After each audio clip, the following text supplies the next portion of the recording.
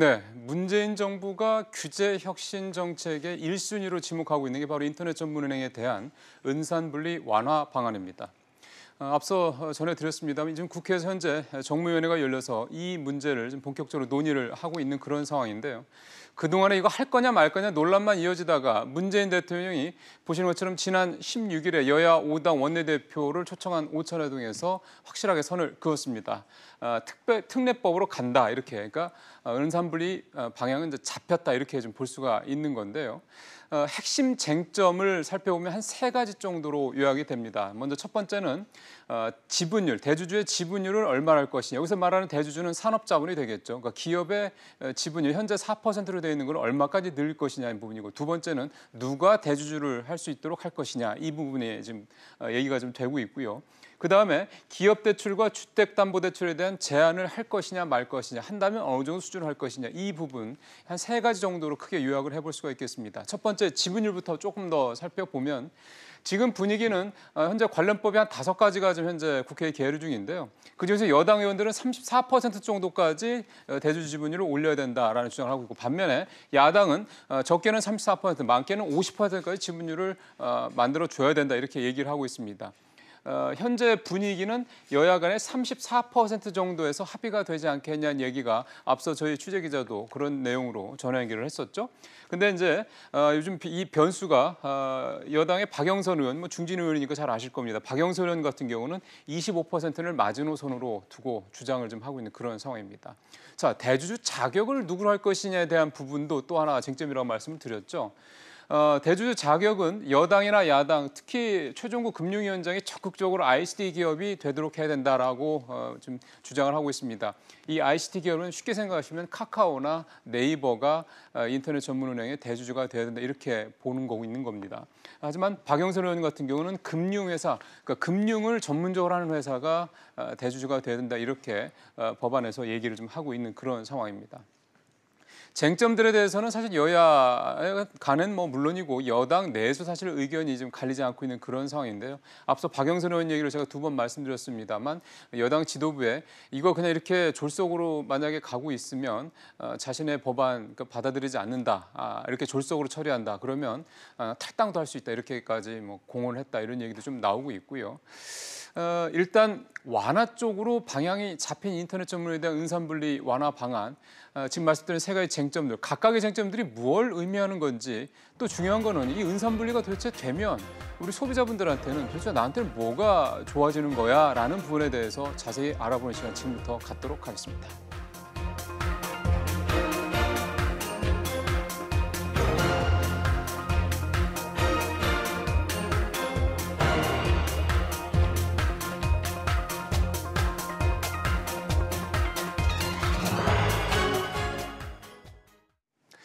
사실 좀 어려운 문제입니다. 또 법안 얘기이기 때문에 좀 까다롭게 들릴 수 있을 것 같습니다. 그래서 오늘 김방희 서울경제연구소장과 함께 여러분들께서 좀 이해하시기 편하게 좀 더 풀어서 설명을 드리도록 하겠습니다. 소장님 어서 오십시오. 네, 안녕하세요.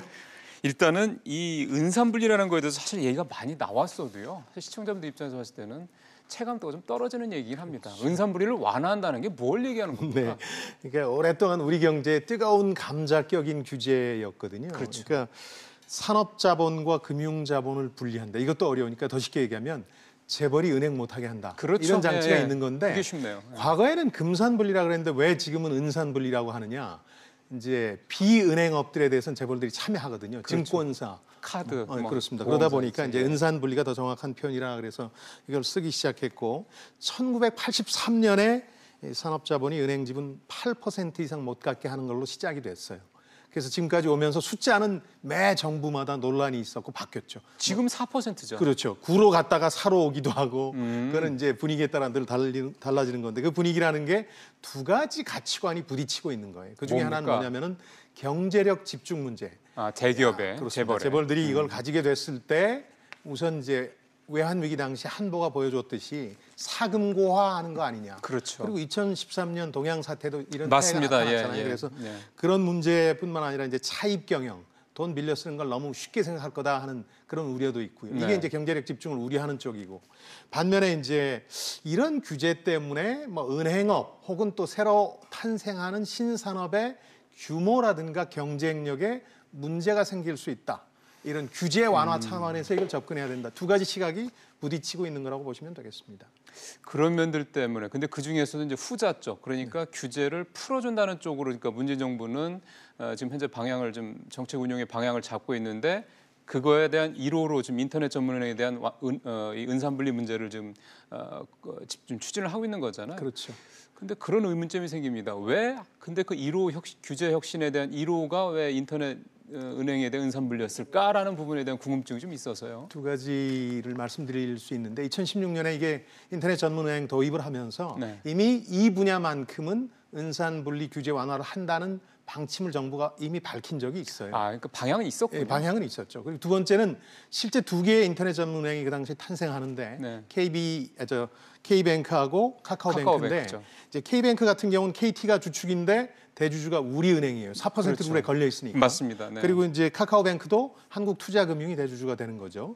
그러다 보니까 증자를 하면서 규모를 키워야 되는데 K뱅크의 경우에는 뭐 KT가 마음 먹는다고 막 돈을 집어넣을 수는 없으니까 당초 1,600억 증자를 약속했는데 그걸 못 지켰어요. 1,300억밖에. 예. 그리고 이제 물론 카카오뱅크는 1조의 증자를 해내긴 합니다만 이런 과정에서 이 규제 자체가 규모를 키우고 경쟁력을 높이는데 네. 한계가 된다라는 문제의식이 생겨난 거예요. 그래서 더 이 부분을 규제개혁의 어떤 상징적 예로 삼고자 했던 것이죠.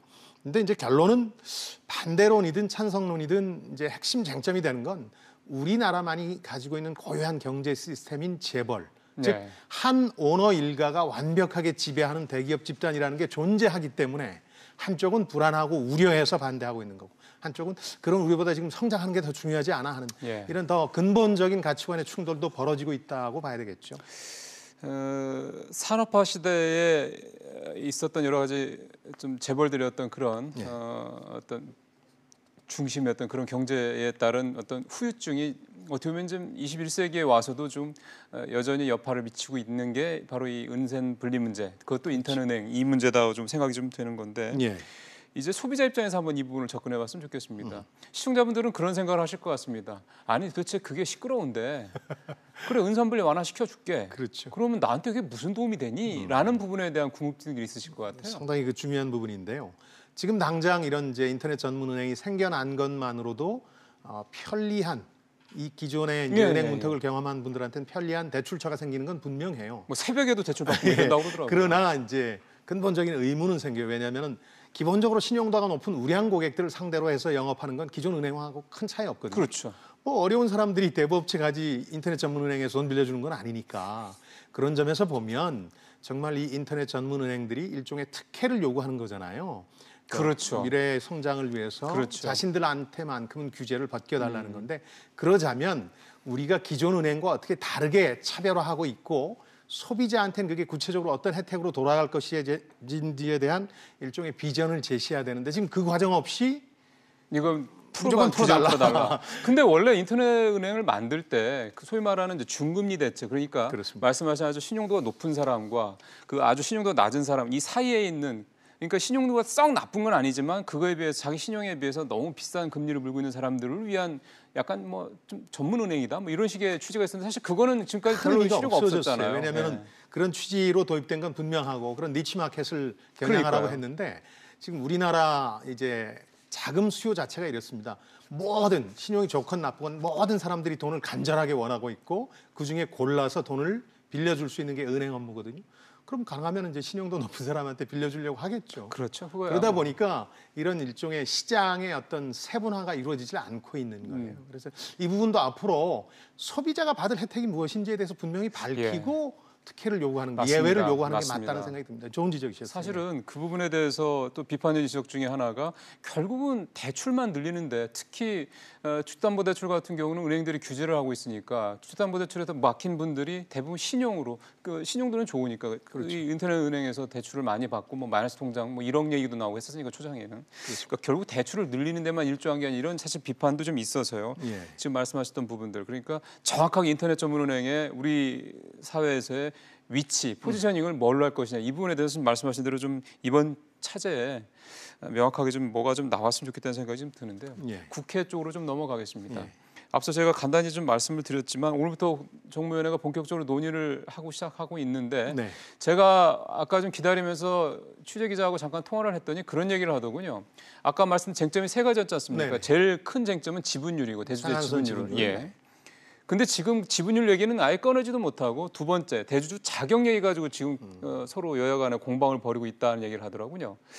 결국은 이게 뭐냐면 일단 풀어주기로 한 거라면은 대주주 자격 이런 부분에 있어서는 결국은 이 인터넷 산업이 인터넷이 잘 되는 쪽으로 가면 되는 게 아니냐 이런 생각이 드는데 왜 이렇게 얼추 합의가 된 걸로 알려졌던 여야 간에 이렇게 계속해서 공방이 이어질까요? 지분율 상한선의 문제는 워낙 민감하니까 아마 이제 협상의 대기를 네. 장식하기 위해서 뒤로 미뤄두는 걸 테고요. 아까 이제 두 가지 의견이 대립하고 있었죠. 처음에는 박영선 의원 같은 분들이 여기에 이제 경제력 집중을 우려하는 대표적인 의원이잖아요. 그래서 25%로 좀 낮게 가자는 거죠. 지분율도 그렇게 얘기하고 있고 금융 전문 회사한테 기회를 주자 이렇게 얘기했는데 지금 전반적인 여야 간의 합의는 ICT, 정보통신기술 회사로 좁혀졌는데 문제는 이걸 규정하는 게 상당히 어려워요. 까다로워. 왜냐하면은 누가 여기에 속하느냐가 엄청난 이해관계가 걸린 거 아니겠습니까? 어떻게 좀 더 구체적으로 말씀하시면 예를 어떤 들어서 거라고 지금 보는데요? 국회 내 논의는 이 정도까지는 접근을 했다고 그러는데 어떻게 구현될지는 모르겠습니다만, 그러니까 정보통신 기술 분야의 순자산 기준으로 그 분야의 어떤 영역이 50%를 넘는 회사를 정보통신기술 ICT 회사라고 할 수 있는 거 아니냐? 그럼 우리가 아까 말씀하신 것 같은 회사들이 포함이 되겠죠. 네이버나 카카오나 뭐 근데 이런 그걸 더 회사들. 낮추거나 그러면 다른 데도 가능성은 생기는 거잖아요. 그렇죠. 그러다 보니까 이게 상당히 민감하고도 중요한 문제가 되는 거죠.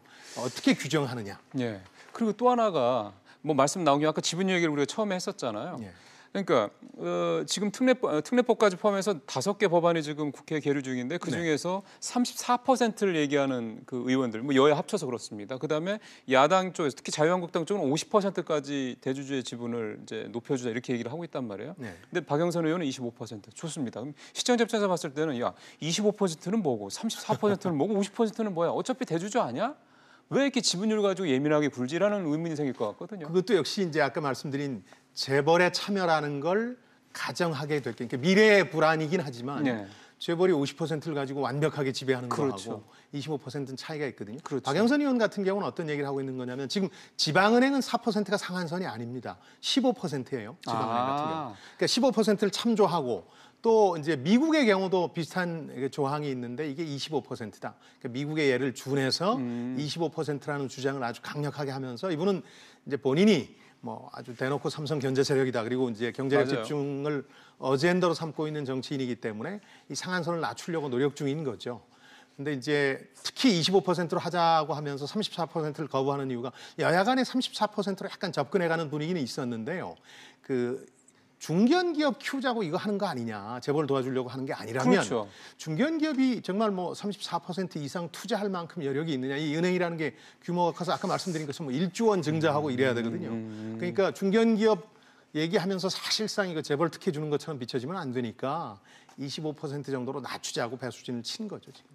근데 지금 분위기는 박영선 의원 쪽과 25%, 34% 아래쪽보다는 뭐 34% 쪽으로 여야 간에도 합의가 좀 모아지고 있다라는 그렇죠. 얘기가 좀 되는 건데 지금 말씀하신 대로 지분율에 따라서 어느 정도 기업이 참여하냐 이런 부분에 논란도 있는 거고 대주주 자격 문제와 관련해서 저는 좀 눈에 띄는 게 최종구 금융위원장이 ICT 기업이 돼야지 이 은산분리 완화에 따른 규제 완화의 효과가 있다 이렇게 논리를 펴면서 지금 주장을 강력하게 하거든요. 네.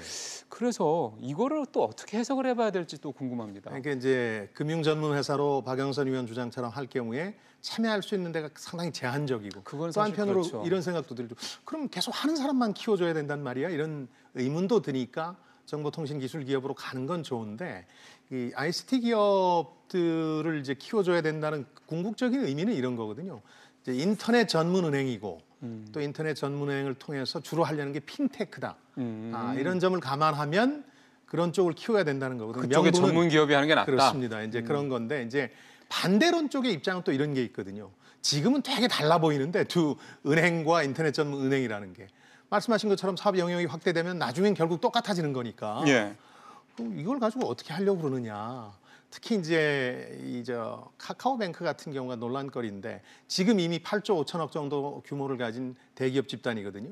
근데 1조 5천억 아까 3천억에서 출발해서 1조를 증자했으니까 1조 3천억의 그 이제 카카오뱅크가 생겨난 거잖아요. 네. 거기 최대 주주가 되면 거의 10조 원 가까이 돼요. 그럼 우리가 흔히 얘기하는 상호 출자 제한 대기업, 즉 재벌이 되는 거죠. 이게 사실 재벌을 탄생시키는 구도가 되는 건 좀 이상한 거 아니냐. 그럼 카카오뱅크 재벌 만들어 주려고 이 규제 완화하는 거냐 하는 반대론의 입장도 나오고 있는 거예요. 근데 저도 사실 그 질문을 드릴까 말까 고민하다가 지금 말씀하신 김에 예. 드리는 건데, 그래서 일각에서는 특히 뭐 정의당 추혜선 의원 쪽이라든가 반대하는 쪽에서는 이거 카카오한테 뭐 여러 가지로 특혜를 주는 쪽으로 분위기가 또 가고 있다. 또 굉장히 8월 안에 뭐 이 법안을 처리를 해서 뭐 속도를 내고 이렇게 있죠. 속도를 내는 것들도 꼼꼼하게 살펴봐야 될 문제를 너무 급하게 서두르는 거 보면 예전의 사례를 봤을 때 이것도 결국 특혜 여지가 있다. 이런 지적들을 또 하더군요. 그러니까 이제 이 규제를 완화해야 된다는 논리가 생겨난 건 K뱅크 때문이었어요. 그러니까요. 사실은. 얘네가 거의 죽을 것 같으니까. 그 증자를 못했고 예. 또 계획했던 대로. 근데 이 규제 완화로 가장 특혜를 볼 만한 곳은 카카오뱅크가 된 거예요. 카카오가 그러다 보니까 그런 얘기들이 나오는데 글쎄요, 이제 규제가 완화되더라도 조금 잡음은 있을 것 같아요. 이 질문을 좀 드려야 될 것 같습니다. 무슨 얘기냐면 제가 이 이제 인터넷 전문의 요 관련 얘기를 이제 쭉 공부를 하면서 보니까 예전에 이제 그 K뱅크 사장께서 그런 얘기를 했더군요. 은산 분리를 하게 되면 재벌의 사금고화가 될 거에 대해서 우려가 많다. 그거에 대해서 당신들 뭐 방지할 뭐 대책이 있느냐 그랬을 때 우리 지금 기업 대출 거의 안 한다. 그리고 뭐 그렇기 때문에 기업 대출을 안 하는데 뭐 대주주의 사금고화 될 여지가 있겠느냐. 물론 이번에 추진되고 있는 법안들 보면 이제 대주주들 신용 공유라든가 대주주가 발행한 지분을 취득하지 못하게 하는 뭐 제한 조치가 없는 건 아니니까요. 네. 근데 가만 생각해 보면 이번에 또 얘기를 보면은 그런 제한 조치도 있지만 기업 대출이라든가 심지어는 주담보대출도 이제 취급할 수 있도록 허용하는 내용은 또 포함돼 있거든요. 그러니까요. 그러면 정말 말씀하신 대로 일반 시중은행과 다를 게 없어요. 사금고화 방지 논의가 좀 부족해요. 이게 두고두고 말썽거리가 될 텐데 무슨 얘기냐면 대주주한테 돈 퍼가지 못하게 하는 거, 신용 공여를 금지하는 거는 대부분 합의됐으니까 아마 포함이 되겠죠. 근데 그런 방식으로 대주주들이 사금고화하지 않아요.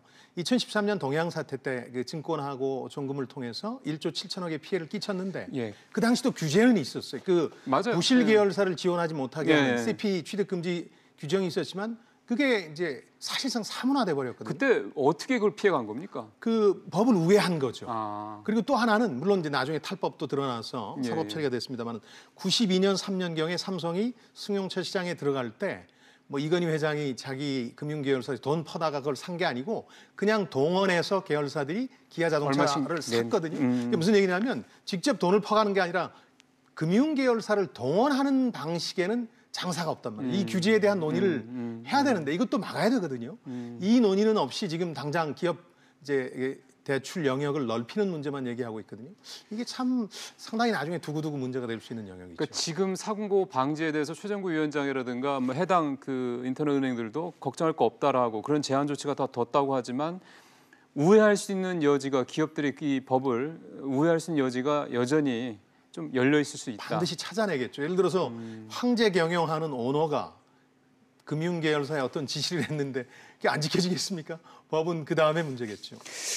지금 이렇게 된다 그러면은 사실은 뭘까요? 이제 본말이 전도되는 쪽으로 또 혹시 가는 게 아니냐 이런 생각 듭니다. 그러니까 앞서 처음에 말씀드렸던 것처럼 문재인 대통령이 이 논란이 많았던 은산분리 완화 문제 그거를 이제 인터넷 전문은행에 한해서만 그것도 특례법으로 하자라고 이제 얘기를 했던 가장 큰 이유는 결국 이거를 통해서 문재인 정부가 규제 혁신에 굉장히 좀 노력을 하고 있다, 추진을 한다라는 걸 상징적으로 보여주려고 했던 건데 그렇죠.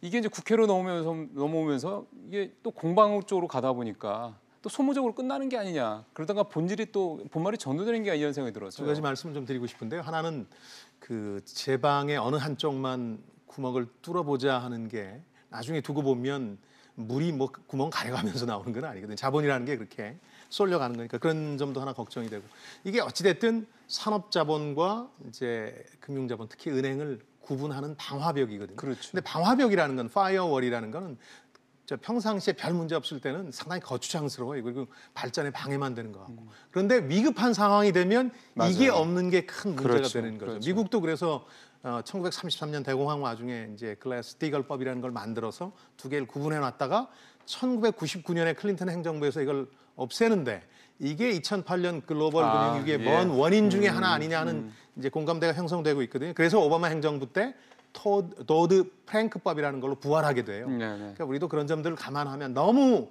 이제 물론 제한적인 분야라고는 하지만 섣불리 한꺼번에 확 트는 게 아니라 조금 텄다가 보고 우리가 아까 언급한 부작용들이 현실화되는지를 확인해 보고 다시 해도 상관없으니까 너무 규제 완화라는 어떤 상징성 때문에 한꺼번에 물꼬를 크게 틀겠다는 그런 생각을 안 했으면 좋겠어요. 아까도 잠깐 미국 사례를 말씀하셔서 그런데 미국은 인터넷이 우리보다 먼저 시작이 됐고 지금 우리보다도 뭐 덩치도 크고 한다고 그러는데 제가 그때 어느 기사에서 본 거로는 미국의 인터넷 은행은 기업 대출을 안 하고 소매금융에만 그러니까 그렇습니다. 일반 가계 대출에만 집중을 한다는 얘기를 하더군요. 자 그러면 우리나라 인터넷 은행도 역시 굳이 기업 대출 물론 덩치를 크려면 기업 대출을 키우긴 해야 되는 건 맞긴 합니다만 인터넷 전문 은행이 일반 시중은행처럼 똑같이 가려고 처음부터 만들어진 건 아니니 소비자들 친화적으로 가계금융, 소매금융에만 집중하면 안 될까요? 규모를 키우는데 한계가 있다고 주장하겠죠. 그쪽에서. 그렇게요. 예. 근데 저는 다만 그 전에 기업 대출을 할 것이냐 말 것이냐 이전에 소비자 대출, 소매금융조차 우리가 어떻게 다르고 어떤 소비자 잉여를 제공하고 있는지를 설명하고 납득시킨 다음에 영업 범위를 넓혀달라고 해야죠. 지금은 특별히 차별화되고 소비자들한테 편리한 금융을 하고 있지 않은데 그 새벽에 뭐 그런 밤늦게 정도겠죠. 하는 정도 네네네. 외에는 없는 거죠. 그게 없는데 자꾸 범위만 넓혀달라. 그래야 우리가 더 성장할 수 있다. 일자리를 만들 수 있다. 이렇게 주장하는 거는 글쎄요. 그 소비자 입장에서는 그렇게 탐탁지는 않죠. 사실 그런 생각도 듭니다. 가계 대출, 그러니까 대출을 쉽게 해주는 게 과연 소비자들한테 꼭 좋은 거냐만큼은 물론 급전이 필요한 분들한테도 필요하긴 합니다만 꼭 그게 소위 말하는 대출을 권하는 사회가 그렇게 바람직한 사회 방향 이거는 또 아니라는 생각도 그 들고 부분까지 지금처럼 그렇죠. 리스크가 큰 세상에서는요. 생각이 들죠. 알겠습니다. 오늘 말씀 잘 들었습니다. 네, 안녕히 계십시오.